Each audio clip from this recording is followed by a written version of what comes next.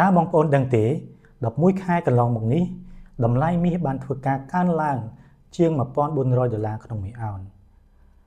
បាទសួស្តីបងប្អូនទាំងអស់គ្នាថ្ងៃនេះខ្ញុំមកចែករំលែកបន្តិចទាក់ទងនឹងតម្លៃមាសអញ្ចឹងយើងដឹងហើយថាឆ្នាំនេះគឺជាឆ្នាំដែលតម្លៃមាសបានធ្វើការកើនឡើងខ្លាំងមែនទែននៅចុងឆ្នាំនេះប្រហែលជាអាចនឹងធ្វើការកើនឡើងបន្ថែមទៀតប៉ុន្តែខ្ញុំចង់និយាយថាចាប់ពីខែមករារហូតមកដល់ខែវិច្ឆិកាបច្ចុប្បន្ននេះរយៈពេលប្រហែលជាជិត11ខែហើយតម្លៃមាសបានធ្វើការកើនឡើងខ្លាំងមែនទែនកើនឡើងរហូតដល់ជាង$1,400ក្នុងមួយអោនឬក៏គិតជាភាគរយហ្នឹងប្រហែលជា53%បាទអញ្ចឹងនៅខែមករាតម្លៃមាសនៅតម្លៃ$2,658ហើយមកដល់ពេលបច្ចុប្បន្ននេះខ្ញុំចូលទៅមើលលើកចុងក្រោយនេះឃើញថាតម្លៃមាសនៅតម្លៃ$4,065ទោះជាពេលបច្ចុប្បន្ននេះតម្លៃមាសមានការធ្លាក់ចុះបន្តិចហើយពីតម្លៃខ្ពស់បំផុតកាលពី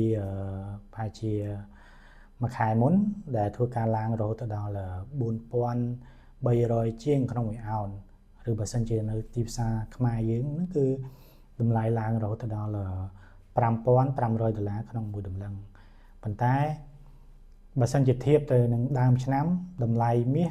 គឺនៅតែមានការកើនឡើងខ្លាំងមែនទែនហើយវាជាឆ្នាំមួយដែលតម្លៃមាសធ្វើការកើនឡើងខ្ពស់មែនទែនបើធៀបជាមួយនឹងឆ្នាំផ្សេងទៀតអញ្ចឹងនៅចុងឆ្នាំនេះខ្ញុំគិតថាតម្លៃមាសនៅតែអាចធ្វើការកើនឡើងខ្ញុំជឿជាក់អញ្ចឹងប៉ុន្តែអានេះជាការយល់ឃើញផ្ទាល់ខ្លួនរបស់ខ្ញុំហើយសម្រាប់ឆ្នាំ2026ក៏មានធនាគារក៏ដូចជាអ្នកវិភាគជាច្រើនដែលបានចេញមកវាតម្លៃក៏ដូចជាបានប្រមាណថាមាសនឹងអាចធ្វើការឡើងបន្តហើយអាចឡើងរហូតដល់តម្លៃ$4,900ក្នុងមួយអោនឬក៏គិតជាតម្លឹងប្រហែលជា$6,000ក្នុងមួយតម្លឹងបាទអញ្ចឹងសម្រាប់ការវិនិយោគមាសយើងគួរតែធ្វើការសន្សំបន្តិចម្ដងហើយជាការសន្សំរយៈពេលវែងពីព្រោះថាមាសវាត្រូវការប្រើពេលដើម្បីធ្វើការឡើងហើយវាអាចជាឡើងបន្តិចម្ដងអញ្ចឹងណាពីព្រោះថាមាសអត់អាចឡើងខ្លាំងដូចជាភាគហ៊ុនឬក៏ Bitcoin ទេអញ្ចឹងអ្នកវិនិយោគទៅលើមាសក៏ដូចជាសន្សំមាសតើតែមានភាពអត់ធ្មត់ក៏ដូចជាអាចរងចាំនៅតម្លៃឲ្យវាឡើងបានព្រោះមិនអញ្ចឹងទេយើងអាចធ្វើការលក់នៅពេលដែលតម្លៃចុះគឺយើងខាតអញ្ចឹង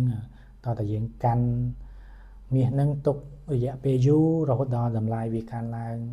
លើតម្លៃដែលយើងទិញចាំយើងធ្វើការលក់ឬក៏ទុកបន្តអានឹងអាស្រ័យទៅលើការសម្រេចចិត្តរបស់បងប្អូនទាំងអស់គ្នាបាទអញ្ចឹងក្នុងវីដេអូនេះមានតែប៉ុណ្្នឹងទេហើយអរគុណច្រើនសម្រាប់បងប្អូនដែលគាំទ្រក៏ដូចជាស្រឡាញ់ចូលចិត្តនៅវីដេអូរបស់ខ្ញុំបាទអរគុណច្រើនបាយបាយ